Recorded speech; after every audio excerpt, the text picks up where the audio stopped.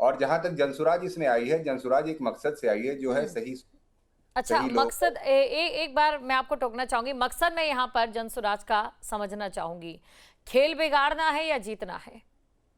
नहीं, जनसुराज का मकसद किसी का खेल न बिगाड़ना है न जीतना हम्म। है। जनसुराज का मकसद है सही सोच, सही लोग और सामूहिक प्रयास। बिहार की जो बदहाली हुई है पिछले 70 सालों में, उस बदहाली के विद्रोह में जनसुराज आई है, और जनसुराज में जितने लोग जुटे हैं, जनसुराज के इसी ध्येय से प्रेरित होकर उसमें जुटे हैं। हमारा कंपटीशन किसी पार्टी से नहीं है, पार्टी इंसिडेंटल है। हमारा कंपटीशन बिहार की बदहाली से है, और हम एक लक्ष्य लेकर आए हैं, और वो अगर जनता हमको बहुमत देती है तो हम उस लक्ष्य को पूरा करेंगे। हम्म। बीजेपी बीजेपी इसलिए डरी हुई है क्योंकि प्रशांत किशोर का इसमें एंटर करना सिर्फ सिंबॉलिक नहीं है, ये बीजेपी के भविष्य के लिए खतरनाक है। अगर प्रशांत किशोर आते हैं तो बिहार की राजनीति में एक विकल्प आ जाएगा। आज तक जो भी राजनीति हो रही थी बिहार में, वो सिर्फ दो विकल्प के बीच में हो रही थी। हम्म। जनता जो बीजेपी को 30 साल तक बांकीपुर की जनता ने रखा था, वहां पर वो राजद के आतंक के साए में रखा था, एक ध्रुवीकरण था। अब चूंकि प्रशांत किशोर यहां पर आ गए हैं, बीजेपी को खतरा प्रशांत किशोर से है। और जो सेना इन्होंने लगाई, 202 एमएलए, 40 मिनिस्टर, 40 सांसद, नितिन नवीन खुद, ये दिखाता है कि प्रशांत किशोर से कितने ये परेशान हैं, कितने ये घबराए हुए हैं। हम्म। तो हमारा ये मानना है कि इस बार बांकीपुर की जनता हमको लाएगी, और हमारा जो प्रतिनिधित्व होगा प्रशांत किशोर के माध्यम से, वो सदन के लिए भी ऐतिहासिक होगा। आप इस बात को सोचिए कि प्रशांत किशोर और सम्राट चौधरी आमने सामने होंगे। सम्राट चौधरी बिहार के चॉइस नहीं थे। बिहार ने तो नीतीश जी को अपना मुख्यमंत्री माना था, और उस समय भी प्रशांत किशोर बता रहे थे कि नीतीश जी 6 महीने से ज्यादा नहीं रहेंगे मुख्यमंत्री पर, और वही हुआ। बिहार को एक बढ़िया विकल्प चाहिए, एक सशक्त विकल्प चाहिए, और ये सब जानते हैं कि प्रशांत किशोर अगर आएंगे तो बिहार की जो राजनीतिक पृष्ठभूमि है वो पूरी तरह से चलिए, परिवर्तन। तीसरा विकल्प प्रशांत किशोर के रूप में है, तो हम सारिका जी से सवाल ले लेते हैं। सारिका जी, तेजस्वी यादव का क्या होगा जब सशक्त जो अपना विकल्प है, जैसा कि हमारे प्रवक्ता साहब कह रहे हैं पीके चौधरी जी, कि जो सशक्त विकल्प है वो उन्हें प्रशांत किशोर के रूप में बिहार की जनता देख रही है? देखिए, इस बाई इलेक्शन के चुनाव में भारतीय जनता पार्टी के जबान पे सिर्फ एक ही नाम था, वो तेजस्वी यादव जी। हम्म। और इनको बार बार तकलीफ होती है कि तेजस्वी जी क्यों चले जाते हैं यूरोप। तो भाई, तेजस्वी जी की पत्नी है, बच्चे हैं। अब मोदी जी की पत्नी बच्चे नहीं है तो उनको कहीं नहीं जाना होता है, और जाते भी हैं अगर वो विदेश दर्शन करने, तो मेलोडी लेके वो जाते हैं। ये भाई सबका अपना आंतरिक विषय होता है। इन विषयों पर टिप्पा टिप्पणी करिएगा तो आपके बहुत खामियां हैं जो हम गिनवा सकते हैं। हम्म। लेकिन हम लोग इतनी ओछी राजनीति नहीं करते हैं कि किसी के परिवार या परिवार पे हम लोग किसी तरह का टिप्पा टिप्पणी करें। और देखिए, भारतीय जनता पार्टी कहते थे कि कुत्ता और बिल्ली को भी अगर वो बांकीपुर विधानसभा में खड़ा करेंगे तो वो जीत जाएगी। इतना आत्मविश्वास, या यूं कहिए कि बांकीपुर की जनता के प्रति उनका ये रवैया था, क्योंकि वो जान रहे थे कि यहाँ पे कोई अच्छे आदमी की आवश्यकता नहीं है, सिर्फ पार्टी काफी है। क्योंकि इनको तो तकलीफ झेलने की आदत, इनको तो नाले में चल करके आदत है। और इन्होंने किया भी। इन्होंने पहला प्रत्याशी जो उतारा, वो 2 दिन में ही वो एक्सपायर हो गया। दूसरा प्रत्याशी को जो उतारे, उनको हमने देखा कि इनके सरावगी जी कैसे अपने कांख के अंदर दबा करके वो घूम रहे थे। तो देखिए, बांकीपुर की जनता जान रही है कि ये इस बार जीतने वाले नहीं है। और भारतीय जनता सारिका पार्टी जी, को जब बांकीपुर की जनता ये सब जान रही है, ये समझ रही है, तो आरजेडी का सूखा वहां से खत्म क्यों नहीं हो पा रहा है? ये सूखा और भीगा क्या होता है ये तो मुझे नहीं पता है, हाँ, लेकिन ये वो लेकिन मुझे आपको पता ये है कि जरूर पता है कि किसका परिवार है, सभा में किसका परिवार नहीं है।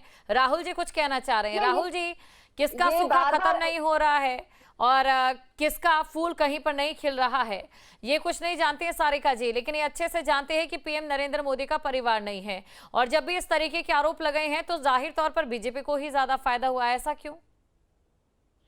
देखिए, मैंने आपको कहा ना कि राजनीति में बहस करने के लिए बुद्धि की जरूरत पड़ती है और चुप रहने के लिए विवेक की आवश्यकता होती है। और जो हमारे महागठबंधन के जो साथी हैं, उनके पास इसमें से कुछ भी नहीं है, तभी इस प्रकार की ओछी मानसिकता वाला ये परिचय देते हैं। एक देश के प्रधानमंत्री को दूसरे देश के प्रधानमंत्री के साथ संबंध बताना, ये इनको इनको ये आत्म भरोसे से प्रेरित करता होगा। लेकिन मुझे लगता है कि कहीं ना कहीं ये राष्ट्रीय स्तर की अगर बात करो, विश्व स्तर पे ये कहीं ना कहीं छवि खराब करता है आपके देश का।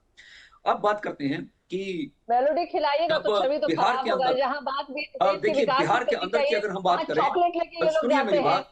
तो भाई देश मेरी की बात तो छवि सुनिए, निश्चित रूप से मेरी खराब बात होगी। सुनिए, और भारतीय मेरी जनता बात पार्टी सुनिए ना। की यही एकमात्र जो होता है है, जब खासियत यही है बहस होती है तार्किक चरित्रहीन रूप से बहस और होगी ना, भ्रष्टाचार। तो लोग भारतीय समझेंगे जनता बातों को। पार्टी की और जब एकमात्र तार्किक खासियत है व्यवहार होगा तो आपके जैसे चरित्रहीनता प्रवक्ता आकर और भ्रष्टाचार। निश्चित रूप से यहाँ भारतीय पर जनता पार्टी की सबसे बड़ी नाला क्वालिटी से होती है गंदगी कि फैलाने का भारतीय काम जनता करेंगे। पार्टी में लोग चरित्रहीन होते हैं और भ्रष्टाचारी होने चाहिए। आप पे कम से कम 10-20 करोड़ रुपए का आपके ऊपर भ्रष्टाचार का आरोप होना चाहिए। ये भारतीय जनता पार्टी की अच्छा सबसे बड़ी खासियत होनी सारिका जी चाहिए। एक सवाल मैं तो पूछना मुझे चाहूंगी। नहीं अभी जब मतदान हो रहा था उससे पहले हमने देखा कि युवाओं का गुस्सा था, स्टूडेंट्स का प्रोटेस्ट भी था, उसका असर पड़ेगा क्या बांकीपुर में?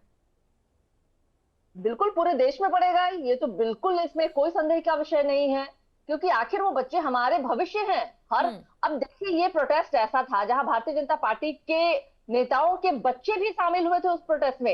ये प्रोटेस्ट किसी पार्टी का प्रोटेस्ट नहीं था। ये मुद्दा जो था किसी पार्टी का मुद्दा नहीं था।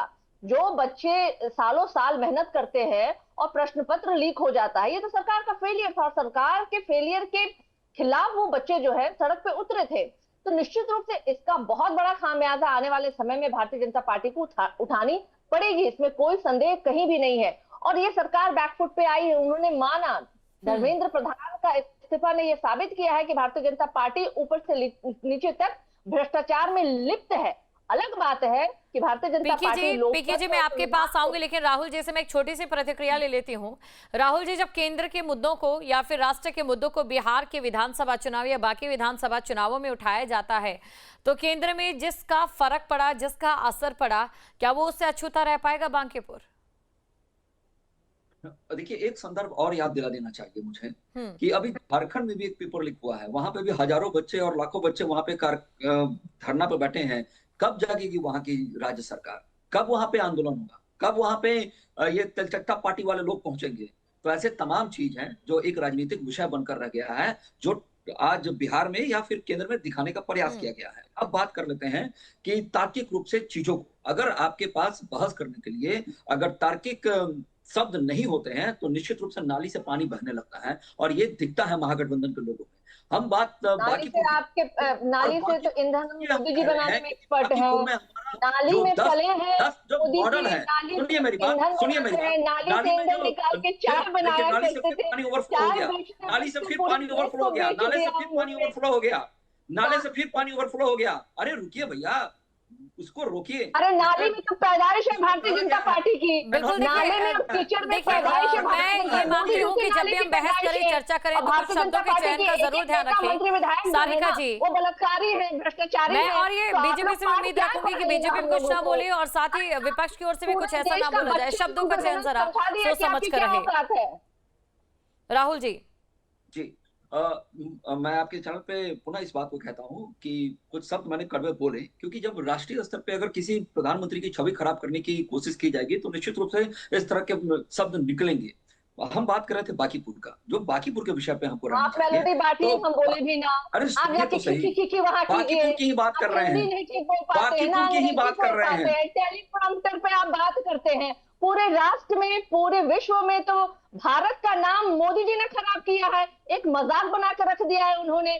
जब ट्रम्प, चलिए कोई नहीं, वापस मैं आप दोनों के पास लौटूंगी। कर्नल पीके चौधरी जी हमारे साथ काफी समय से बने हुए हैं। पीके चौधरी जी, मेरा ये सवाल, आप कह रहे हैं कि अगर ये चुनाव जीता जाता है तो आप जनता का ये जनमत संग्रह इस प्रकार का मानेंगे कि स्वीकृति मिली है एक अच्छे विकल्प के रूप में, लेकिन अगर नहीं ये चुनाव जीता जाता है तो क्या हम ये समझे कि बांकीपुर की जनता ने कहीं ना कहीं उस विचारधारा को या फिर उस वैचारिक जो आप लोगों की नीति है उसे दरकिनार कर दिया है? एक बार इसका स्पष्ट कर दीजिए। जी नहीं, बिल्कुल नहीं, बिल्कुल नहीं। देखिए, पहली बात ये समझिए कि हार जो होती है ना, वो तब होती है जब जिसको कहा गया है वो हार गया है, वो हार मान ले। पहली बात तो ये समझ लीजिए। जब 2025 में जनसुराज आई थी तो बहुत कम वोट के साथ वो आई और लोगों ने समझा कि जनसुराज हार गई, लेकिन जनसुराज अपने उद्यम में, अपने प्रयास में लगातार लगी हुई है। ये देखिए 3 साल 4 साल पुरानी पार्टी है, जिसके बैकग्राउंड में जो बाकी पार्टियां हैं वो 70 साल 60 साल की पार्टियां हैं। उनके पास संगठन की शक्ति है, अर्थ की शक्ति है, बाहुबली की शक्ति है, प्रशासन की शक्ति है। जनसुराज अपने दम खम पर 3 साल से आई है और अपना उसने वर्चस्व बना लिया है बिहार में। यहाँ पर लोग जानने लगे हैं, लोग कहने लगे हैं कि जनसुराज हैज अराइव्ड। अब जो आप कह रहे हैं कि अगर जनसुराज नहीं जीती, हालांकि उसकी संभावना इस बार बिल्कुल नहीं है, सारे एग्जिट पोल नतीजे बता रहे हैं, लेकिन देखिए इसमें सारी जगह जनसुराज की जीत है, हर सिचुएशन में जनसुराज की जीत है। पहली बात है कि लोग कह रहे थे पिछले इलेक्शन में कि प्रशांत किशोर जी जो हैं वो इलेक्शन से खुद डर गए, इलेक्शन में नहीं आए।